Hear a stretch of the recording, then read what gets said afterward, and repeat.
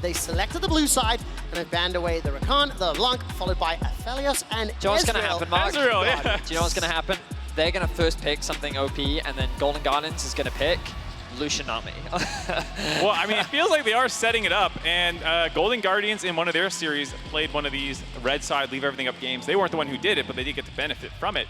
It is a very viable strategy on red side to say, yep, screw the OPs. Okay, they do give one respect. They do give the Kennen OP respect ban over, but the other two, targeting Wako instead, who had a great lane phase, but a little disappointing in the mid to late game, stepping forward too far a few times. I do like the Ari ban there, denying that to Gory. He's had such significant impact. Feels good when the teams do what the casters say. Now, Shot, the question is, You're what validated. do you want to see from Junjia? Because the Kha'Zix is not a champion that's associated I with knew it was going to be the right? Lucian first pick. Like, they want to make sure that Wako is on something that has agency and something he is comfortable on. I hope Golden Guardians did the research because this is actually the most played champion for Wako on the year. Yes, obviously Golden Guardians do play a very nice Lucianami themselves. I hope they did not think that something else would be left up. They would grab that instead.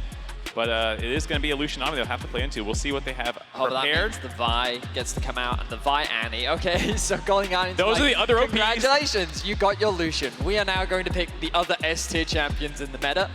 And what a duo they've now set up for themselves. Of course, Ari works so very well with Vi because of how easy it is in terms of mobility.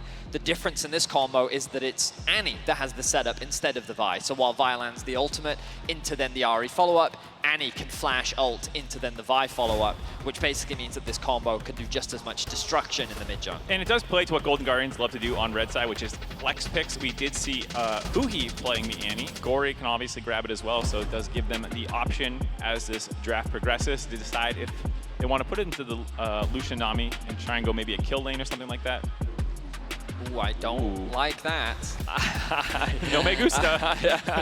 This is much happier for me because when you take a look at Junjia as a player, Sejuani is his second most played champion this year, 7 games, 7 wins. He's traditionally a bit more of a facilitator and engage type of jungler. So that carry Kha'Zix is not something that we associate with how PSG have won throughout the entire year.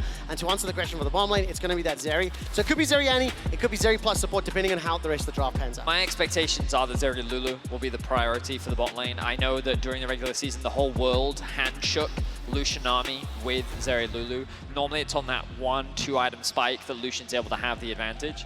But I wouldn't be surprised to see the what words am I looking for? Lulu. The Lulu banned away. Thank you, Mark. Yes, yeah, I mean, it does. One of the power of the flex picks is the enemy team can ban out those other options, but you can, of course, then just slam the Annie back down to the bot lane. I was oohing the Tristana, sorry to distract you, because that is a very common Golden Guardians champion, but they've seen enough out of Yubao to know that they do not want to give that one over. It's a very impressive double marksman composition that we've seen out of PSG quite a few times. They just go heavy pushing lanes. And Jinjia on the Sejuani is more about stabilizing them, getting vision out, which is what he loves to do so much, which also speaks to why Kha'Zix is not exactly in his wheelhouse, where you're often more looking to isolate targets, catch them face checking you, as opposed to being grouped up, working front to back through vision. And of course that Lulu was banned away, so another ding ding ding there. So what does Huhi want to pull out of the bag? K'Sante, the next ban here from Guardians. These bans are weird from Golden Guardians, because if like, I'm Golden Guardians, I would have first picked the K'Sante blind top. Like, it's proven to be a very effective answer for Golden Guardians. But I guess they're arguing we see the support, we can just lock that in now, and then we'll save counter pick for Licorice, I guess. It is something that they've done more in the postseason. We talked about before, Golden Guardians during the regular season. Ooh. Why did they ban Sylas? Because I'm pretty annoyed now, because I was going to say, oh, you know, you go for the K'Sante if you're Golden Guardians, and then you probably respond with something like the Sylas plus the Sejuani makes such a strong especially with the combo. Tristana ban, oftentimes if you're playing Tristana, you don't want to play it into a Sylas, but instead both of them are already banned. Very weird. Now you get the Poppy first pick, so your little theory. I'm so confused. Dude, you were like, I love it when I get to predict things because it makes me feel validating. You get the Lulu right, and instantly everything else goes wrong. I'm so confused, because the thing about the Sylas is it also suggests that PSG are concerned about the Annie actually going into the support position, which by locking in the top lane now, which is why I also think K'Sante could have made a lot of sense, is it still leaves that room for interpretation. Where is the Annie going? Golden Guardians can make the decision at the last moment. Yeah, clearly what Golden Guardians has done here is said, hey, our mid-jungle 2v2 is very important, so as we see potential lock in here of the Olaf. Oh, right. Golden Guardians are giving last pick to their mid laner. That does speak to the K'Sante though, like maybe you leave it up so you can continue to flex that between mid and top, because Licorice obviously can play the K'Sante as well, but instead going for a simpler game plan here, slam the Poppy down, and get ready to give Gory a good 2v2 mid lane matchup with whatever they take, which happened to be the Talia. Well, the Olaf was pivoted away from. I just got no games played on that one throughout the year, but second most is the Na. And now we figure out, where does this Annie go? Will it be in the bottom lane? Probably leaning that way for now. But I mean, in terms of the drops, I mean, Vedi, not playing out, especially in phase 2 the way we were anticipating. Do you like how it was rounded with the Talia and the Na from PSG? I mean, I think I would have preferred Olaf. Lissandra, okay. So typically when you're drafting a Sejuani, you want melee champions that can better enable her, right? Her passive better works with things like Silas, with things like Olaf. And I think that in terms of having a strong top side, that would have made a lot of sense. PSG, by going for the Talia and the Na in the second half, heavily pivoted their draft and say, we're not top side, we're a bot side focused team. We want to make sure that we can play through this Lucian army, we can get them ahead, and a lot of that is going to work off the back of Yubao, getting Prio in mid, leveraging that wall to be able to roam down to bot side and threaten dives. I'm not a massive fan of this Lissandra answer because I think that in terms of early Prio, you really are going to struggle. In terms of utility and in terms of the matchup, sure, it's great. You have a lot of crowd control, but all of your damage then kind of falls on the responsibility of Stixxay, which in the late game could be problematic, especially when you have things like a Talia who can really mitigate some of these high mobility AD. Yeah, it does speak to the fact that we're talking about PSG on blue side liking a lot of high prio lanes. They do have a lot of pushing lanes here, and they should be able to get out of them and go bot lane. And we have seen that Stixxay has fallen behind a couple times in these series, obviously in the Elk one, but just last game, again, Wako having a great time against him in lane phase. Feels like a bit of an all-in on that kind of gameplay where you want to make plays happen around the bot side of the map. Talia's going to go down there, but I do like how much pushing power PSG has, and it's on this time around Golden Guardians to kind of weather some of these early laning struggles. I think from the Golden Guardians perspective, maybe hopeful that PSG will play the way they have throughout the majority of the year. Haven't been necessarily the most dominant of early game teams, not only just reliable and structured. I think for Junjie, though, I'm significantly happier to see him on that Sejuani because with those pushing lanes, with the Sejuani, and with, frankly, all of the combinations, has a lot of tools available to him. And Junjie is one of the players in our Mercedes-Benz featured matchup going into River on that Vi. So the question is now, with the roles somewhat reversed, game 1, very slow out the gate, very tempered, but it was PSG, the ones that were being pushed back slowly, slowly, slowly. Now they've got the sort of priority in lanes. That means they could look for those opportunities. Yeah, it definitely feels like the junglers for both these teams are the engine for a lot of the plays. Invade here from Golden Guardians, shoving Yubao off his point, wanting to get a ward down early on. See potentially where Junjie is starting. No, just threatening. Wait, where did his ward go? Didn't end up dropping one. Just threatened the ward. Did he not? I don't think so. Doesn't look like it's about sending Well, it's the just I message see it there. on cooldown, so unless I'm... Maybe initially went sweeper and swapped off somehow or something. I'm not quite sure. Yeah, somehow Stixxay. Okay. Oh, is in Thank bot you, lane. Bot lane. Observer. There it is. We're Oh, blind. okay, thank you, We're Observer. blind. You You know know what? what? I swear there's a ward. It's the somewhere. Why icon on can't I top of it. see You can't see the ward in the minimap. Okay. It's not our fault. It's not our fault.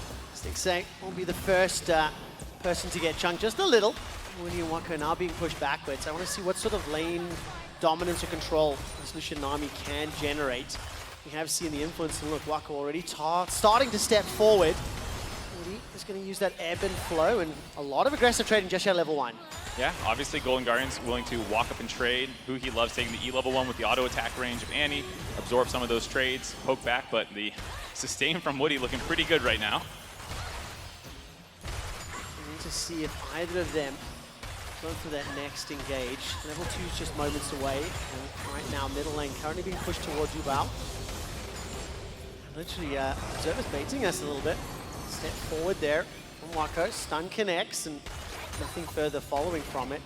So in terms of the early laning phases now, let's keep an eye then on what PSG can do. Because like we said, they've got the ability to shove in, have a lot of power to play with. And Junjie is going to look to sort of bounce back on that game 1 performance. Didn't really show up on the Kazakhs. Be a lot more comfortable here. Sejuani, and we can watch all 3 lanes at once. Thank you. Yeah, talk about some of the history for both these junglers. We've heard a lot about Junjie being the sub-EDG jungler and brought in to kind of help embody that play style. But for River, actually, he is a 3-time PCS champion with PSG, made multiple international tournaments, done quite well with them. And Gory, as recently as last summer, was the mid laner for PSG, first in the regular season before having a bit of a collapse in the postseason. So it's probably a bit of a bitter pill to swallow for some PSG fans watching to know ex-players of yours going back to the LCS and helping carry this Golden Guardians team. Also impressive that for the organization, 5 new players can be still able to pick up that title. Not something you see a whole lot of. You know, a complete rebuild, all 5 members, and still being able to pick up the win. Right now, they're on that front foot. You can see top lane and middle lane pushed forward. So Scuttle Crab will be secured here by Junjia. Where is River? He's making his way down towards the bottom. River had a very good gank timing in game number 1, having a little bit of a surprise onto the bottom lane. Rocco and Woody. Now, looking for an opportunity, obviously with Ubar backing, there won't be anything to play with there. So yeah, another defensive start for the first few minutes. Playing out somewhat as I was expecting. It's a very, what's the word? Diplomatic way of saying slow. Boring is what you wanted to say. It's okay, guys. We're all honest here. Let's just say. That's not the right word. The thing that I think is very interesting is that because we've been so... we've had so much fun with like the chaos and the high kill games throughout the past few days. It has baited me into forgetting the fact that in BO5s, they are traditionally slower. Well, it is something the PSG tends to slow down. Here's what I will say, that for both of these teams, like when you look at some of the teams in the bracket stage, right? T1, a very dominant early game team. Mad Lions, a very aggressive early game team. Even Cloud9, like JDG, there are all these teams that are more than happy to fight you in the early game. And I'd like to see them be able to like show me something a little bit more, be proactive in the early game. Admittedly though, in the way that they've drafted, right now, it is hard for them to find anything like level 1, level 2, level 3. When these level 6s come through, I do want to see PSG threatening dives bot. They've drafted in a way that is very much around their bot side of the map, so I want to see them build advantages in that area of the map. Yeah, Junjia spotted on a ward coming down here as a wave comes in for Golden Guardians. Bit of an awkward spot. You can see River making his way down from the top jungle to the bot to potentially help protect Golden Guardians here. I was going to follow up on that point. Same case for Golden Guardians here, very level 6 oriented composition for the most part, with Lissandra, Annie, and Vi becoming a lot stronger at 6. And it's also worth noting that PSG is going to be the team with Prio in a lot of these situations, and they are, of the two teams, the slower pace, not always the most bloodthirsty, and instead going for control. But Golden Guardians actually starting off the Dragon. Yeah, we saw the River stepping forward. A couple of wards were placed just behind the Dragon Pit, with the bottom lane somewhat under control, thanks to Stix and Hugi. This looks to be a little bit of a risky one, down to 2,000 hit points. Woody going to be backed up by Junjia. We've got a 4v4 setup. Teleports available for both top laners and level 6. Inside the pit is secured by River. Now Gory follows on, connects with the Ring of Frost, is shoved backwards, flash over the wall from Ubar, but Dragon secured by Golden Guardians, and they're able to fend off the defense. So I love the proactivity here from Golden Guardians. They knew that they had the push in bot. They also saw that Gory got level 6 first, so they wanted to take advantage of that. They immediately start the Dragon off. They were able to find this pocket of vision that PSG didn't have, which meant that they could start the objective, and while it was a good attempt from Junjia to steal that one away, unfortunately for PSG, they could not secure the objective, which means the first Dragon goes over to Golden Guardians. First Dragon, and loss of 2 flashes there for PSG. Junjia going into the pit, right over the wall with his Q, just looking for the snipe away, but kind of baiting Yubao to step forward at the same time. And instead of Gory going onto Junjia, going over the wall, he actually sees Yubao on the ward, and that's where he's going to throw his claw, and the rest of Golden Guardians are going to focus him down as well. The positioning from Gory was fantastic there as well. Mainly because he was in a prime position to flank his River, looking for something bot. That's a good stun there onto Woody. River looks for the denting blows, manages to find the hit, flash forward from Stixay, gets the kill. Moka's trying to get a one reply, there isn't enough just yet, and River's able to escape with his life. Bit of a funky look on the spectator there, but does get the flash Q, connect follow-up after Huhi forced the flash out, the heal as well, keeping him topped up to make sure Wako could not find the return kill. This bottom lane is not going the way PSG would have wanted. Not only is Stix and Hugi getting the shove, they got the Dragon, and now they're looking for a dive top. Oh, very okay. Now what can they do here? Opposite to what we were anticipating. But it's Poppy. Well, there we go. Keeper's verdict. Yeah. Instantly booting away PSG, and Licorice has absorbed the pressure, Betty. Yeah, I mean, I think it's very difficult to dive a Poppy. Aside from the ultimate, you also have the Steadfast Presence, and you've got the shield from the buckler. Like, it's a difficult champion to threaten a dive with, really, especially if you haven't gotten any initial chip damage down. But Licorice, only utilizing the ultimate, immediately converts it into what was a potential, at worst, 2v1 situation, and is able to walk away safely. So PSG tried to make the cross map happen, and they really get nothing off the back of it. Didn't cost too many resources invested, though. Junjia just kind of ending up on the top side after what happened in the bot side of the map. You know, Ajin losing his ultimate, not a big deal. Very happy to just kind of use that one up, and it's going to be off cooldown basically by the time you hit Mega Gnar form again in lane phase pretty often. Yeah, you see it used as a trading tool very regularly. A little more perplexing, the fact that PSG's first sort of like committed play was towards that top lane, not towards Tsunami. And with Golden Guardians having a pretty strong start to the second game, they're now on the next neutral. Already jumped into the Rift Herald. Good damage there onto Licorice. Raja, and it does look like who he's trying to at least body block Ubao. Licorice now stepping towards the pit. Keeper's Verdict not available. Junjia does have level 6. Herald's going low. Will PSG arrive in time? I don't think so just yet. Charging up the Q secured. It is stolen away by Junjia. In the follow-up fight, that's the cease and desist. Slam the board down, pulled backwards, and Rory will get the kill. The eye was picked up though. Nice steal there by Junjia, though. I was laughing at that ward. It's in such a tricky position. I'm pretty sure Golden Guardians thought that if there was anything that would have seen the Herald's health, the pink ward in the back of the pit would have seen it.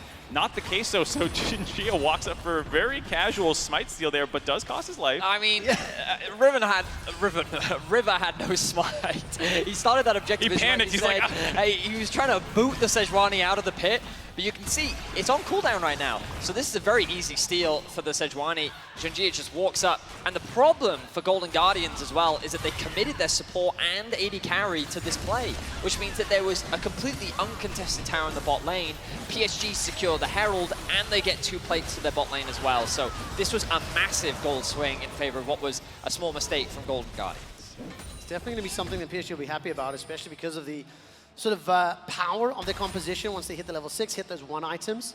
They are down a dragon, but with that Rift Herald as well being in Junjia's inventory, see which lane he wants to prioritize, see which lane he wants to try to unlock. And of course with those plates secured for Waka, there's Lucian as well, getting closer and closer to that mythic. I'm sure he's going to be going bot lane with these, accelerate that Lucian, get him to his mythic. I'm sure, of course, Woody will actually share the gold as well. One of the times that as a support you're very happy to get accelerated towards your mandate to really turn that build online. The only question is, can they get Prio back in this bot lane? Because after that kill down there, Golden Guardians have usually been in a little bit more control of the lane. Really solid play overall from the bot lane of Golden Guardians. I'm really impressed with how Gory's playing this matchup. He always seems to maintain the push. And Ubao feels like that he's always under pressure. You see Gory moving first once again, making his way towards bot. This is a decently sized wave. I wonder if Golden Guardians is considering a dive. Yeah, I think it's a little too difficult. You can see Ubao Junjia so the dragon is obviously the play. I wasn't looking in the top right of my screen. The Golden Guardians very on the ball here. Good vision control, but PSG want to contest. Just a couple steps ahead for now, but Junjia's managed to make it into the pit. Ubao will be late to this one, and 6A's trying to force that Sejuani back. Dragon ends up being secured without any contest, and Raja continues to apply that pressure until Licorice. He's generated a 20 CS lead into the Nav versus Poppy matchup. But I think, despite the fact that Golden Guardians have been able to sort of make those first moves, the first blood, first dragon, they were in the Herald pit first. PSG have been able to pick up the CS, the plates, and they are minorly ahead in gold. Licorice will use that heroic charge. Chunks Raja backwards, steps forward, flashes out just before the denial from Licorice, and Raja escapes with his life. Didn't quite have enough damage or mana, I guess. I was wondering that. Yeah, because usually you see the wall stun alt knockup combo to keep him locked in place for an extended period of time. That also guarantees the Q proc damage if you do that full combo. Looks like Licorice ran out of mana, otherwise would have had that solo kill on Mininar. But still gets himself a play, equalizes the gold, so mitigates that deficit that he was in. The Herald, though, being dropped to the bottom side of the map as River pathed up top, and they spotted him out on the ward, which means that Wako should get another influx of gold, and he will. So at long last, this bot lane getting a little bit more gold funneled into it. But you can see the disparity between the 280 carries not that dramatic, as Stixxay did pick up that earlier kill. No, definitely. And I think for Stixxay and Golden Guardians is one of the primary damage dealers. Late in the game, going to be very, very happy with that. I always personally want to see a little bit more out of Lucian Nami lanes in terms of what they can do in terms of potential, but good play from River, good play from Golden Guardians has meant they've contained it. Yeah, of course you want to see the solo kills out of the Lucian Nami lane, but honestly, getting a gold lead, getting to your mythics faster, and then when you end up in the mid lane, I think is when you see true Lucian Nami excellence. How you use your Gale Force dash-in combos with your culling to chunk people out, fight for prio in the mid lane. I think that's when the true dominance of the combo can come in. It's not just potential solo kills in the dual lane phase. Well, I think the ideal setup for Illusion is that because you run the first strike, you want to be trading as often as possible in lane, which means that you get that slight gold advantage. Because you trade so aggressively, you can get yourself a couple plates, and so you hit those spikes sooner. Maybe you're at 2 items before your opposition is. Maybe you're even at that Gale Force before your opposition is, and you leverage that initial item spike first in order to win out on trades. And many people know that fighting Illusion, especially around level 11, when he's got more points in it, he's maxed out his Q, a couple points in his E, that's really where this solution is very scary in that mid-game.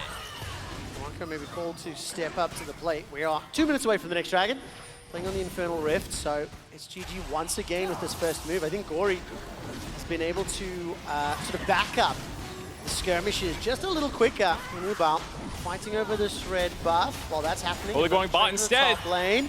Target is going to be Wako. Flash and Cleanse available to him. He's already flashed and blown up underneath the tower. Weaver's Wall brings in Ubao. Gory now under some threat from Junjia. 3 versus 3 in the bottom lane. They get the kill and they get out clean. A little bit of a misdirection play out of Golden Guardians there. Looked like they're posturing around red buff and take a blast cone to find the isolated Wako for another kill. They're not done yet though. Now the fight coming in. Teleport there from Licorice underneath the tower. Ring of Frost thrown down and Junjia now trying to survive. The target is Ubao. Junjia finds himself on. The tower's doing so much work. Golden Guardians may have bitten off more than they can chew. Licorice arrives to the party, but it's already over. 3 kills in favor of PSG. Oh, Golden Guardians rush that play. They find themselves under turret before Licorice has even found himself through the teleport. Lends a very disjointed turret dive. Not the end of the world. Gold lead's still relatively close, but some more back in the pockets of PSG. Quite the ambitious dive, I would say. After getting that initial pick, Golden Guardians thought that they could fight for more, but so much crowd control comes out from the side of Golden Guardians. This is where things start off. Huhi pops the heal early to try and help close the gap with the additional movement speed, and the kill is clean at the start, but this is where things start to go wrong. Yeah, 6A's already half HP, you use some ultimates here, so it's going to be a hard dive, but they think they can get the 5v3. The problem is, you're flashing and starting this before Licorice has even showed up. The Nami wave gets out and interrupts any follow-up damage from coming through. There's all these stopwatches available, so Yubao's going to live for a long period of time. The turret juggling is not super clean either. Just a bit of a disaster play there, given the fact that, of course, they can follow up with this TP. And I mean, in contrast to what we've seen from Golden Guardians over the last few days, that's a little surprising to me. I think they've had some pretty clean dives. They've looked very controlled and coordinated. The fact they went in before Licorice's TP even finished was absolutely detrimental. It reminds me of, like, in Valorant, when you never want to, like, fight 1v4, right? You want to take isolated duels. Yes. That dive, that's exactly what it looked like, right? PSG could just focus one target at a time. And Junjia, he feels very strong right now, picking up the Warmogs. You can see how much damage he's tanking. Wow, look at how many members of Guardians are focusing him down. They do get the kill. And with 2 seconds before the Dragon is up, they just 5v1 him basically. Perhaps too much confidence there from Junjia. I was talking about how he's got to feel really strong right now. Face checks into multiple members of Golden Guardians, and they find a quick pick. Gives them the 3rd Dragon as well. Big overstep there by Junjia. It's the right kind of idea where you want to absorb some damage with the Warmog's rush and then heal up, especially with the more range composition that he has, not having dive buddies. We saw this actually out of him just yesterday, I believe it was, doing a very similar thing with a range-focused composition, rush the Warmogs, and then kind of just frontline face check things and heal up on the tail end. But Golden Guardians had too much damage and too much CC available to let him actually get that reset. By contrast from game 1, Golden Guardians accelerating their like proactive plays, aggressive moves. 3 Dragons by 16 minutes. They've already got themselves that tower. They're also applying pressure. Sorry, correction, they lost the tower. In fact, they're trying to secure the tower in the bottom lane. I think for PSG, they're starting to feel like they're losing a grip on the game. It's still very, very close, of course, but it's been all Golden Guardians. And this time around, Ubao is going to initiate. And as I say that, cast a curse of note, they managed to find the pick. Great pick. River going to be forced out of his bot side as Licorice secures the top tower. But Ubao threw out the W, and then the ultimate actually knocked the Lissandra into it, which acted as a stun to then guarantee that kill. Great play there from the BSG bot side as they now threaten this mid-tier 1. No teleport for Licorice, who's caught in the top lane. He's pushing that inner turret. While that's happening, bottom lane is being sieged just a little by PSG. And starts to back away, so good pick there from the Taliyah. starting to now open up this map and make it a little bit more risky, especially when you have that Talia to combo in. Man, this game is like thematically similar to the draft where everything was going against our expectations of what would be happening. Here I'm like, oh yeah, PSG's gonna have all this prio and they're gonna be the ones, you know, getting all this dragon stacking early on, playing around the Lucianami. Not the case. Golden Guardians bot lane ends up winning. Now they're stacking dragons. And it feels like PSG has gotten the better hand on the Rift Heralds and the actual gold swings, though. I mean, in my opinion, PSG have been finding advantages off of the mistakes of Golden Guardians. Outside of that, Golden Guardians have been the primary driving force in this game. They were the ones that set up, they've been first on every single objective outside of the second Herald. They have been the ones that, the first Herald was stolen from them because they didn't have the smite. They conceded a bunch of kills bot because they were the ones initiating the dive. I feel like overall, this has been Golden Guardians' game, and PSG have just been trying to find windows where Golden Guardians have overstepped. Yeah, Golden Guardians' game to win or to lose, basically. And with 2 minutes 50 until the next dragon, that's the soul as well. PSG have to contest, so we need to keep an eye on the vision. Are they aware? Are they setting up for it?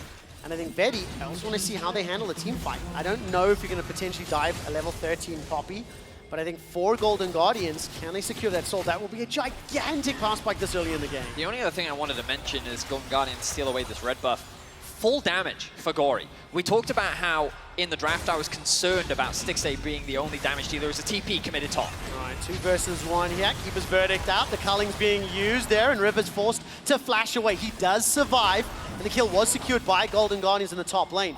Still 2 minutes to go for the Dragons, so a little early. And fight on 2 fronts, Golden Guardians come out on top. Yeah, finding a pick-off in the downtime between neutral objectives. I like seeing the aggressive play kept up, but it did cost them, like you said, the teleport. And in the meantime, River lost his flash in the mid lane, will not be back available, either of those long cooldowns, for when the Dragon needed. Yeah. But when you think about the lane setup now for Golden Guardians, Licorice had a window where he could actually go and catch the wave bot. Instead, he's choosing to commit mid. Gory was able to push in this wave top, which gives Golden Guardians a lot of control over the map, but they're not investing any vision towards the top side of the map. Baron is spawning in about 3 seconds. That pick, they haven't really gotten much off the back of it. Right now, they're just kind of dancing around this mid lane. Remember, this next dragon is for the soul. With no teleport there for Gory, he's grouped up. Junja goes over the wall with that Arctic Assault, turns his attention to Gory. Glacial Path not followed, and the Ultra Shock Laser chips away just a little. 5 versus 4 for now. Hodges pushing top lane, teleports available to him as well. Oh, River gets spotted out on his recall, gets interrupted again. He was trying to recall before Junjia went over the wall there. Then he had a funny angle to flank from the Raptor pit in case PSG stepped too far forward. Ends up disengaging that situation though. And look at the top lane right now. Gory's currently defending. No teleport for him thanks to that pick that you're seeing on your screen. So if PSG make a move towards this dragon, it could be a little problematic. Sunder or Poppy is kind of gross. Even before Gory got there, you saw the fact that Yubao had been dropped to about 20% HP. If anything, all Gory did was stop the escape from coming in, and Licorice basically had found a solo kill at that point. I do think sometimes Licorice overcommits the damage. I think in this situation, he could have just gone full tank. I think it would have been fine, but you can definitely see how much damage he's dishing if he has the opportunity to find those isolated 1v1s. Junjia looking for a pick. River maybe able to Ripple, that was fantastic. Survives for now. Wait a minute. Oh, buddy. All the way under the tower. But it's River that's in trouble. Keeper's verdict thrown out in 10 seconds until the dragon.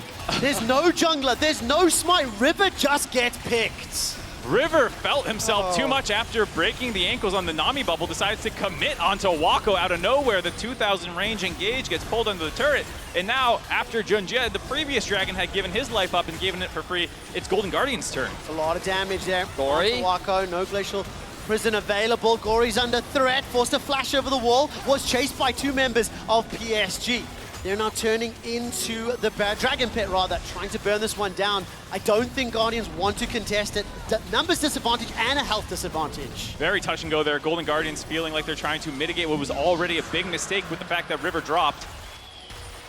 This is a game defined by who can punish the other team's decisions. Right now, Junjia walks right into 2 members of Golden Guardians. Gory's waiting behind that mid turret. No minions, though, so can't really work with that. Archie's still got that teleport. He's gone bottom lane. Golden Guardians looking for some sort of opportunity. Flash! Tibbers is huge! 3 members locked in place. But that's all of a sudden the kill. Wako is taken down off the stopwatch ends. Wubal's running for his life as Licorice is trying to find that flank. A hop, a skip, a jump away from RG. He's taken down with the Vault Breaker. All of a sudden, Golden Guardians unleashed, pushing for the inner turret. A charge up from River. Will he pull the trigger defensively? Golden Guardians find the picks. Golden Guardians skipping steps in the plays. They give up the dragon, but during that time, River is just charging back on respawn from base. Gory hovering around the turret. You saw Aja assume that this play had dissolved and it actually leaked out to the bot lane, had to TP back in to defend that turret, but it was too late. This is a challenging game to predict what will happen next. I was not expecting a mid-dive from Golden Guardians. We go all the way back to River's initial death. He sidesteps so much, but in this situation he's saying, oh no, I'm gonna die. But wait, I see Stixay, maybe we can turn this into a play. And then Wako brings him underneath the tower to his demise. And it's at this point PSG is saying we have the numbers advantage. But now, resets haven't really come through yet for PSG. They see Wako very low health underneath this tower. And with no wave, they just see the dash, as you rightly called, Mark. Who he flashes in, gets the stun. Great stopwatch from Wako. Actually could have been the difference maker, but this time around, Licorice tanks the tower initially into Who he tanking the tower, which means that the tower management makes it much easier for Golden Guardians to set up a clean dive. Was also able to finish the turret off when people were coming out of stasis, find all those kills. Very difficult situation there. As we see, we're coming right back into another fight. All right, this time around, Warriors been able to avoid the engage. Tidal Wave by some time. A lot of damage, though, onto Golden Guardians. They have got a reply. 1-for-1. Huhi for Ubao. Licorice is now trying to come from the side. He teleports into the top lane, finds the heroic charge. Bubble will interrupt the Poppy ultimate. So Golden Guardians, they do get a kill back. But like I said, I just don't know what to anticipate. Licorice unable to find the kill there onto Wako now. Is he overcommitted? Baron seems to be the focus for the rest of the squad, and he's going to rejoin Guardians inside the pits. Bit of a distraction here, stopping PSG from going to this Baron. They are doing it relatively slowly, though. Not the highest damage Baron. It's very slow. My brain still can't comprehend if this is good or bad. It's bad. No ultimate available. Culling is up. But Wako is so far away, so all of a sudden Golden Guardians disengage, they get outside the pit. Like, you cannot anticipate what these teams are going to do, and it is not playing out the way we would I'm surprised that they see. even started a fight. It's like, we didn't get the context as to how that fight even kicked off. All we saw was Junjia throwing out the ultimate onto Gory, who then responded with a stopwatch, and then Wako was able to get away with a sliver of health. Licorice diving underneath the towers, a Baron being started. An interesting series of events between the two teams, but we've entered a mid-game where it's a lot more chaotic. Both teams don't really have firm control over the map. We're in a very neutral state. Let's have a look back at how this one started off. Yeah, just some vision control, trying to snipe him blind from the brush. Gory, nice reaction time on the stopwatch, and then wanting to engage on top of Ubao. Hold up, like we just said. Yeah, come right out of the replay, and somehow Licorice has been caught. Glacial Prison this time around is flashed away from. Good dodge there. That might have been the Glacial Path, in fact. The tower is still standing, by the way, as now 5 members of PSG are pushing forward. Didn't quite see how Licorice was caught out, but I will make an educated guess based on the last 15 minutes. He was standing in the river bush, and somebody just jumped over the wall. I think that's a safe bet right now. Someone jumped over the wall or threw a skill shot out, a bubble, a flick back, who knows. Anyways, point is, Licorice died, but the turret's still alive currently for Golden Guardians, but a lot of mid control right now for PSG. They'll probably be able to drop this one before it respawns and then set up for the second dragon in a minute time now, trying to stop Soul Point for Golden Guardians. And I think crucially, Mark, this is kind of a swing in control, because I think the first 15, 20-ish minutes of gameplay was kind of Golden Guardians dictated. Oh, yeah. They're making the first steps. Sure. Them either getting the advantage or making a mistake. Now all of a sudden, PSG are on It's the Junjia show, I'll tell you that right now. He Yeah. sees an opportunity, he's throwing that ultimate out, and he is not afraid to do so. PSG have definitely woken up here in the mid-game, and it's definitely a game that could still go either way. I don't see a clear favorite right now. Of course, Golden Guardians with the dragon stacking have a prime win condition, and this is going to be the objective that they are first to once again. Gory pushing out the bot wave. Can go for a quick base if he wants to maybe spend a little bit more gold, has the TP available. Have to see if he goes for that. The eyes, like you said, on Junjia, though, they have a pretty crazy chain CC combination if it lands with the Nami bubble with the flick back, being able to isolate one target, and only Licorice is a tanky, really. If River gets caught out, he can get exploded 100-0 easily. No flash for Licorice, but the ult is up. River goes over the wall. Uses the blast cone back. Licorice has gotten rid of Junjia, trying to focus down the dragon and taking time. Junjia may arrive to be able to look for the steal. 4,000 hit points. Culling is being fired. Licorice using the ability to prevent Junjia in the pit, and the soul is secured. Golden Guardians get it, but it's at the cost of Gory's life. Now in the follow-up fight, that's a dash forward from River, trying to find a target.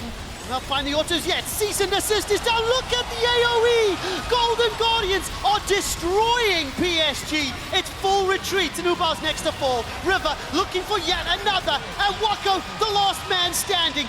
trying to pursue his way to safety. Quadra kill for Stixxay.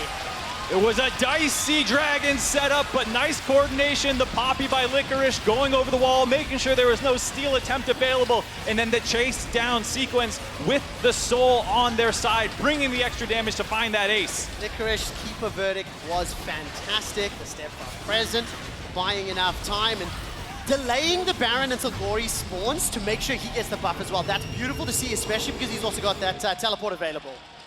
Fantastic play once again from Golden Guardians. And they do everything in their power to stop Junjia from getting into the pit. They do what they can, and you can see here, they use the Keeper's Verdict initially to get him away from the fight, and then the flash over from Licorice to just buy as much time as possible. The Steadfast Presence prevents Junjia from dashing over the wall, doesn't have the flash available.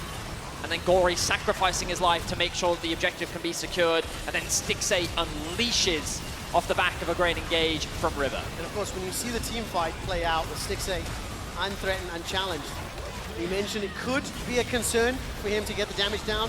It is not proving so, especially in that fight, just chasing behind his front line. Very true.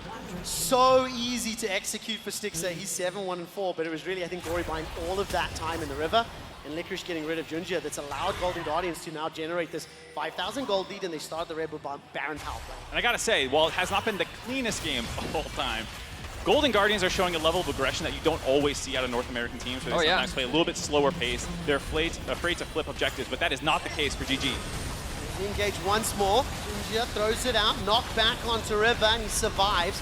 Stixxay's trying to use that burst and chunking down. Will be engaged on. The Relentless pursuit forward. Culling's going out. Stixxay almost down, but the engage of Gory. He's saved his bot laner. Junjia's the next target. Licorice Sasso channel the Poppy Copter and will not fire it yet.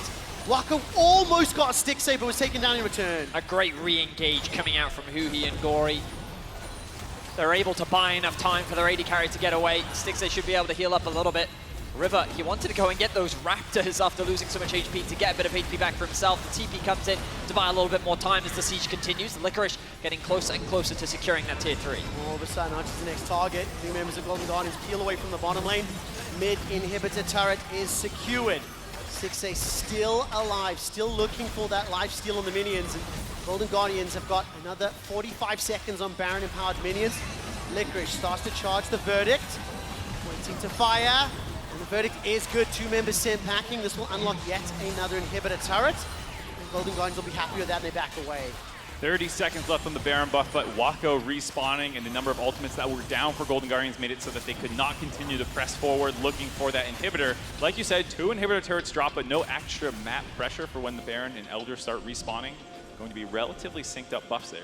Well, I will say, as we get closer to what feels like a second game 1 for Golden Guardians, massive shout out to Gory. I feel like that in both games he has been playing incredibly well. His lane control, mitigating what Yubao can do on the map, his impact in the team fights, the fact that he's been so coordinated with River consistently, especially when we just look back at that very last skirmish that we saw, as now Golden Guardians have found another pick on the Archer. The 2 members collapsing on him. Looks like Archer will be taken down before any support can come forward. I mean, overextended, not a lot of vision. Golden Guardians hit all the wards in that western quadrant, so they find yet another kill. This game has looked a lot better from Golden Guardians in terms of the early plays, the movements around the map, and a few small execution issues. A couple of hiccups here and there. A few hiccups, that's a good word. Waka's trying to get damage down. Cease and desist comes out. Licorice once again using that steadfast presence flawlessly. Stixxay untouched, rattling away, pushing underneath the inhibitor turret. They get themselves more kills, only Woody stays alive. And 5 members of Golden Guardians find the picks. They're inside the base and they're looking for the Nexus. 4 members dead from PSG. Only Woody left to keep PSG alive, but I don't think it's gonna be enough. Golden Guardians looking to go 2-0 up in the series. Fantastic turnaround here. Golden Guardians fountain diving for fun as well. 21 kills. The Infernal Soul, the towers, as well as the Nexus. Golden Guardians are 1 win away from advancing to the MSI bracket stage. And it has been a interesting game to watch. Also a very tense, slower paced game. Ultimately, Golden Guardians have had better team fights. They've been able to play the late game better. I think in this game, they also played the early game a little stronger. And all the pressure is now on PSG. They tried the Kha'Zix, didn't work. They went back to Sejuani, didn't have the opportunities. Now they have side selection one more for potentially the last game of MSI. I mean, my biggest concern for PSG coming into this series is that they are not a very proactive team in the early game. Yep. Often they're a team that will look to cross-map, and I think that scaling and team fighting is their best bet, but they drafted a composition that very much relied on them playing through the bot side of the map and being able to find a successful snowball. But frankly, they got lucky on that first Herald. If that smite was available for River, they wouldn't have been able to get that Herald, and that early game would have gone a lot worse than it ended up going. So I think the Golden Guardians, their proactivity, we're continuing to see it. Their early objective setup is good. I think that they're getting a little overconfident at times. We're seeing a lot of dives that I was not expecting, but they're still making it work in the late game team fight. So Golden Guardians continue to dominate.